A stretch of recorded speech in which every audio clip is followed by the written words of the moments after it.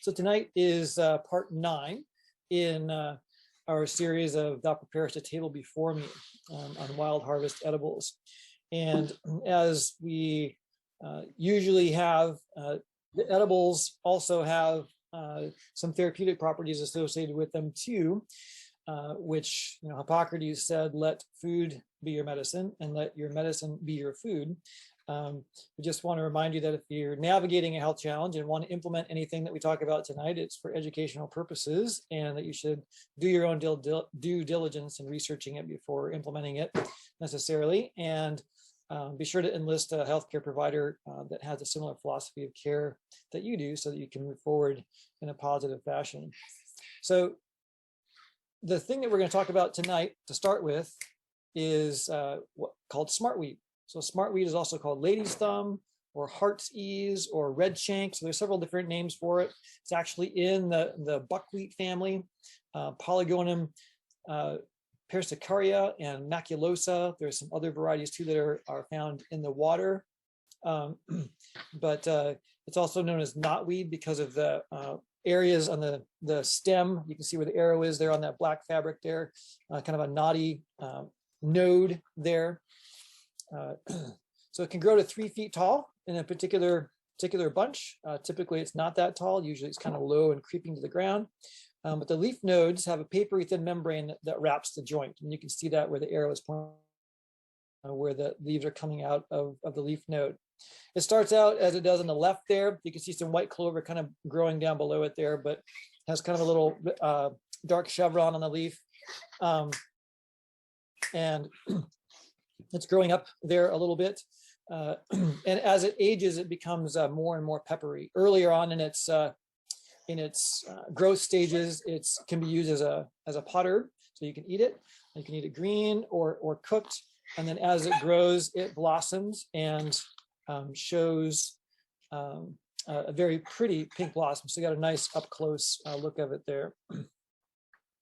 So its edibility, the young shoots and the leaves can be eaten raw or cooked. You want to gather them in the early spring and through to early to midsummer. And as the plant matures, the leaves become more and more peppery. It actually can be quite stout. So it actually becomes more of a seasoning, would be a salad additive versus a larger quantity consumable. But it is edible. It's actually commonly found in gardens and other places. Found some today in the garden where I was working today. Have some that I've dried for some future purposes. But you can use it in salads to add dimension and flavor, so that it can add more to your eating. You can actually eat the seeds as well. They are very, very small. You can see the size of the penny there compared to a bunch of the seeds. So it actually takes a lot to harvest it. So they're rather labor intensive to eat, but they can be consumed as well. So some things to keep in mind, again, is that the peppery taste increases with age, becomes more intense. So it could be dried and saved as a flavoring agent if one would like to do that. Some people have contact dermatitis associated with Smartweed, so they would get some inflammation of the skin. I've never experienced that, but some people are allergic to things that others are not. So that's just something to keep in mind as we go forward.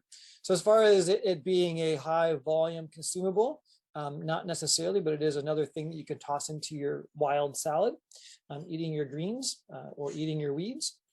So it's just another thing that you can see when you're out in the garden or in other places that you may be traversing that is edible. So some medicinal uses, there are different ways it can be used. You can use it as a tea, so a typical tea or infusion, as a decoction. So a decoction is a longer extraction process. Or you can actually use the leaves as a direct application to the skin in a poultice form. So you can use it just crushed up leaves on your skin. So one area that it's helpful is helping with stomach pain or indigestion. You can drink the tea that's made of the leaves. It can be fresh or dried. For skin issues, it can function as a rubefacient, which essentially causes skin redness because it's increasing the blood flow. So it stimulates blood flow to the skin, hence it becomes flushed. That's what's happening when you're exercising. and your skin becomes warm. It's one of your body's ways of radiating heat, but the circulatory system shunts heat from the body through the surface of the skin. So exercise and activity also bring increased blood flow to the skin surface. So increasing the blood flow actually increases the healing processes of the herb as well. Functions as an astringent. Basically, an astringent causes tissue to contract. So it's useful for poison ivy, oak, sumac, and other skin rashes. And also you can use the crushed leaves on the skin as a leaf poultice. So again, you want to make sure that you test for sensitivity, personal sensitivity to the herb before using it. And that's something you would do with any herb, is just check to make sure that you don't have a personal sensitivity to it. Use it in a small quantity first in an application before going and doing a whole body immersion, for example. I had a teacher in 3rd grade who told us a story about her not being allergic to poison ivy. We don't have poison ivy here in our part of the state, which I appreciate greatly. But growing up in the Midwest, we had poison ivy as a common occurrence. And this teacher of mine in 3rd grade, Miss Eckley, did not have allergic reaction to poison ivy. And she was quite proud of that fact. And one year at camp meeting, there was a bunch of kids that she was wanting to impress. And there was a large patch of poison ivy, and she went to show off and went and enrolled in this poison ivy patch. Much to her chagrin, she broke out extensively, just weeping wounds of poison ivy, skin eruptions all over her body, and she was very sensitive to poison ivy ever after that. So the point being that even though you may not have a sensitivity, doing something in excess could create a sensitivity. And if you have a sensitivity and just have never had contact with something before, doing it in a small quantity first is a good idea. So arthritis, you can use a decoction. So that's a longer steeped mixture of the plant product in a tub of warm water. So essentially it can function to help reduce pain in the joints. You can also do a mixture of that decoction with flour, or I'm suggesting ground flaxseed as well, or ground flaxseed, that you can have a wetted agent that you can put on and pack around the joint. The wet flour would be kind of a paste, and so would the flax. Some people may have allergic reactions to the gluten in flour, so just suggesting that ground flax could also work, because it becomes quite mucilaginous when moistened. Can also be useful for low menstruation and all different types of wound troubles, good for colds, coughs, bowel and kidney issues. And interestingly enough, charcoal mixed with smartweed tea, or water pepper it's sometimes called, is soothing for ulcers and bowel pain. If you need a first aid for appendicitis, you can drink the tea internally. Also use that tea for a high enema, and then drink fruit juice and have a liquid diet for a few days. And that has been shown by by Jethro Kloss from Back to Eden as being a beneficial approach to appendicitis. So we may not always have a surgeon at our disposal, and so having other alternatives is good. This is one that I am newly acquainted with. The other one was from a friend that I became acquainted with when he was in his 90s. He'd written a book called Switchbacks about his career as a forester and spending time in the lookouts here in the North Cascades. But he had been taken up by a mule train to his fire lookout for the summer. They had left and headed down. There was no contact with the mule train, and it was the day after they left, and he contracted appendicitis. Very, very, very acutely painful. The benefit was he had radio contact with the people down below. He probably wouldn't have survived the ride out, even if the mule train had been there. But their advice to him was to pack snow, because there was still snow in the snowfield up near his fire lookout, over the area where the appendicitis pain was presenting itself. He did that, and did that throughout the summer, successfully mitigated the pain, and continued the entire summer as fire lookout. When he came out, he had his appendix removed, but its pain went away, and it essentially, the inflammation decreased to nothing. So two things: Smartweed tea, and or a cold snowpack to appendicitis, something to kind of keep in your toolbox if there's no surgeon nearby. Also, cholera can be helpful with an enema of the tea and or fomentation of the tea. So wrapping a towel and dipping it into the hot tea and making a hot fomentation of the tea. Also can be used for sore nipples for nursing mothers if they get chapped, and also for erysipelas, which is a type of bacterial skin infection. So quite a nice list of different things that Smartweed can be beneficial for, in addition to culinary dimension to your food. The next one we'll look at here is called Self-Heal, Prunella vulgaris. And this one is really an amazing plant. Also known as woundwort or heal-all or wound root. So there's different names for it. There was a saying that if a carpenter had self-heal in his box, maybe he wasn't a very careful carpenter, because it was used often on wounds, and he would slip with his self. So they would sometimes have that available in their toolkits just as a backup to take care of any wounds or cuts they might encounter during their work. So a caution: you want to use it in moderation, not in excess in large quantities. It's actually very effective at low intakes. So just like a cup a day of the tea, and small amounts, just not using it in high volume, and you can get good effects from it. It can have kidney and liver effects if used long-term and high intake levels. So normally that's not going to be a problem, but just something to state at the front end. There can be some allergic reactions that could happen. So again, test in a small area, use it sparingly to begin with. Skin rash, nausea, itching, vomiting. Some side effects of excess long-term high intake could be dizziness, weakness, or constipation. So again, those are excess high long-term intakes of those things. If you're just eating some leaves, putting them in a salad, or drinking the tea, or using them in reasonable amounts, shouldn't have to really worry about that. So the edibility of Self-Heal is the young stems and leaves. So here we have a little bit more mature because we have flowers that are showing, but the leaves are present there. You can add them to salad. You can boil it like spinach. So the aerial or above ground parts, everything above the ground, not the root, can be dried and powdered and used in a cold tea. So we'll talk about this later on, but this is not a hot tea, it's a cold tea. It's an infusion made with cold water versus hot water, which is a different kind of constituent extraction method than we're typically accustomed to. So from a medicinal standpoint, it's beneficial in diabetes. So it reduces insulin sensitivity for diabetics and pre-diabetics. It basically helps normalize and aid blood sugar regulation and prevents other diabetes-related issues such as atherosclerosis.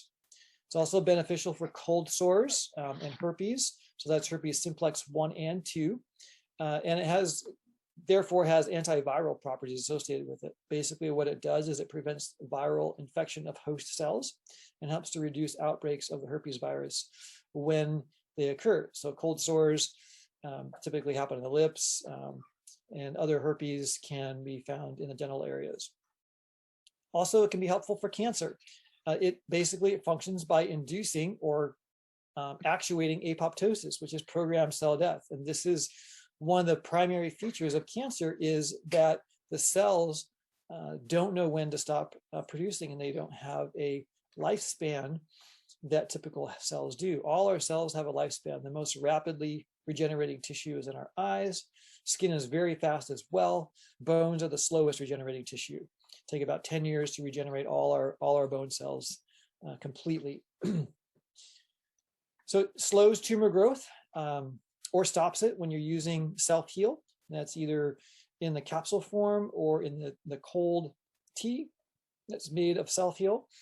And you can also use that in conjunction with other treatments.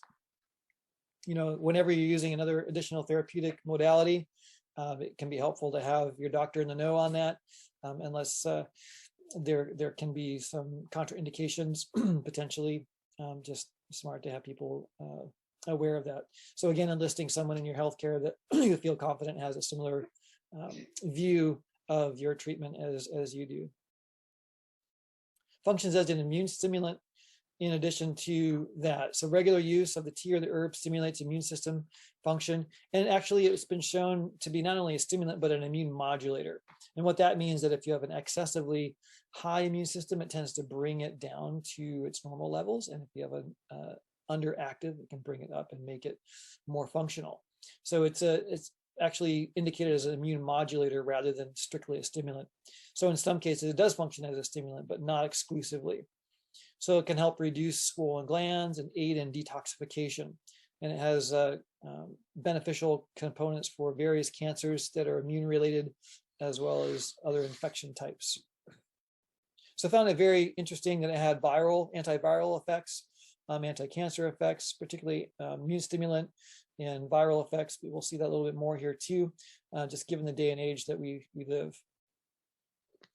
So wounds and infected skin, this is where I first learned about it in the process of wound healing and just repair. So it's a vulnerary, basically it's a wound treatment herb. A demulcent basically reduces swelling and inflammation, which happens when you wound yourself. And then astringent has tissue constriction effects, which is helpful to reduce bleeding and draw skin together and accelerate the healing process. It helps to stabilize and protect the wounds that happen to the skin. So cuts, burns, different types of skin wounds, internal wounds of the mouth, so including ulcers of the mouth. So if you bite your lip or burn, scald your mouth with a hot drink or something like that. You can use it as a poultice on infections or boils of the skin. And also if you have deep inflammation, you can use the tea. So it's anti-inflammatory. Insect stings, bites, rashes, contact dermatitis from like poison ivy and that type of thing. The Smartweed juice, so the juice of the weed is helpful.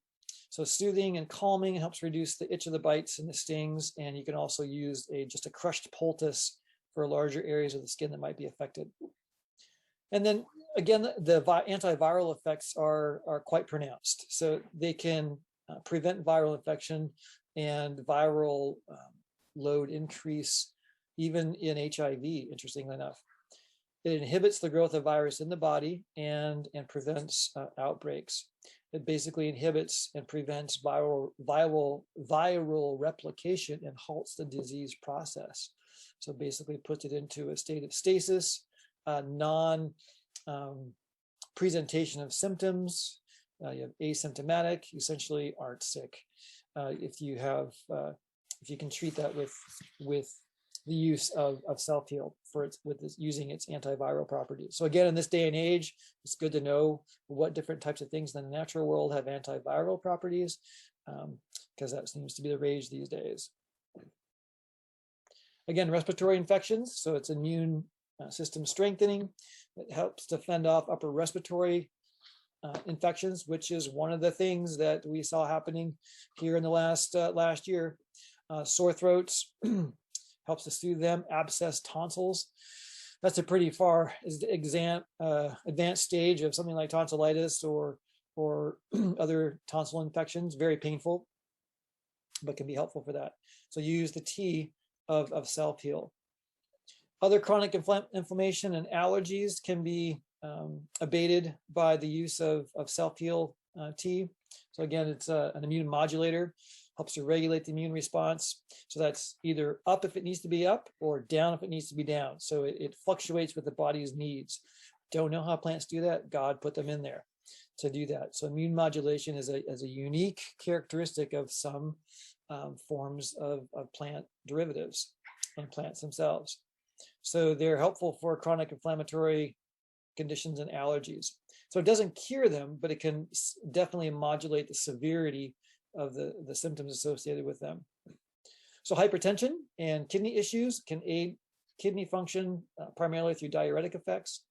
So helping to remove excess fluid that would create hypertensive events by having excessive blood volume. Essentially, the kidneys function to reduce blood pressure by increasing urination, and a diuretic would aid that process at a more rapid rate. And then the heart issues, again, are going to be back to primarily with excessive blood volume, potentially. So it's going to be toning for the cardiovascular tissue, and actually regular use can strengthen the heart. That could be good news for someone with something like congestive heart failure. That's just an interesting thing to note for self-heal. So self-heal is a really neat plant. I've known about it for some time. We have some growing in our yard. I haven't collected it yet, but I've been wanting to. And it's just really nice to know that there's something like that in nature that God's provided for us. So it reduces blood pressure by the diuretic effects. If you have liver issues like hepatitis or jaundice, a weak liver, it basically helps liver detoxification and increases its function, allowing the filtration rate to increase. And using the tea regularly helps those liver tissues function more efficiently. Interesting, the liver is the one body and the organ in the body that can actually regenerate itself. If someone has a liver that is damaged, most of it can be taken away. And if there's still liver tissue there, it will regenerate itself if it's attached to a blood supply. And you can actually even donate liver. So hemorrhagic bleeding, also extreme menstruation, can be benefited by self-heal. So it stops excessive bleeding internally. You can use the tea or the capsules for internal bleeding. But if you have internal bleeding going on, you definitely want to seek the cause of that internal bleeding. So this is interesting, kind of given our day and age as well. We have seen with some interaction with the injectable gene therapy that there's been a follow-up of hemorrhagic types of conditions and excessive bleeding associated with that. So maybe this could be a helpful mitigation for that if someone has taken that route. So GI issues, colic, Crohn's, ulcers, ulcerative colitis, gastroenteritis. Basically, it soothes inflamed tissues of the gastrointestinal tract. Helps to stop bleeding of ulcers. So again, that internal bleeding effect is benefited here. And irritation of inflamed tissues. Has a good bacteria fighting capacity and fungus and viral infections of the gastrointestinal tract. And it also fights Helicobacter pylori, which has been found and noted as being a causal agent in ulcers, stomach ulcers. It tends to be present in our bodies all the time, but it sets up camp in those ulcerative areas when a person is under stress for a protracted period of time. It has effects on the stomach acid and the lining of the stomach, making it less protected and thus more susceptible to that bacterial infection and ulceration. It also has some benefits for reducing flatulence, diarrhea, gastritis, which is essentially inflammation of the gastrointestinal tract, and intestinal parasites. We probably have more parasites than we would like to think, and so it might be helpful to eat some self-heal in that regard. Hemorrhoids, it can be beneficial for hemorrhoid inflammation reduction, so use it topically. A strong wash of the tea can be beneficial in the affected areas. You can also do a compress that's dipped in the strong tea. So that would be like a tea that has been used to brew another tea, for example, or a higher amount of the leaves in a tea than normally would be used to be a strong tea. So when you're collecting the self-heal, you'd want to harvest the flowers when the blooms open. If you remove the flowers, it encourages more to come on and bloom. You want to leave some so they can produce seed for the next generation the next year. They dry well, so dry them and then store them in a cool and dry location until you have an opportunity to use them. So here's the recipe for the cold water infusion tea. So this is unlike a typical tea, which uses hot water. This is a cold water extraction method. So in this particular case, heat destroys some of the specific benefits that self-heal has, some of those properties. Take 1 ounce of the dried flowers or leaves, 1 quart of cold water in a glass jar. Tie the herbs up in some muslin or cheesecloth, essentially as a filter. It's going to, and then wet that, and then dunk that essentially into the jar of cold water. Put that string, keep it in the lid. So when you screw the lid on, you're going to keep that bag suspended off the bottom. about the upper third of the jar, and then let that set and steep for 1 to 2 days. So it gets stronger with the amount of time that you let it steep. So doing it to taste. Then remove the bag and refrigerate the tea until you're able to use it. So that's making a cold water infusion of our self-heal. So lots of different uses for self-heal, and it's one of the things that grows quite commonly. I've seen it on trails in the forest as well as in our yard, and it's fairly common and it's very helpful. So keep an eye out for self-heal.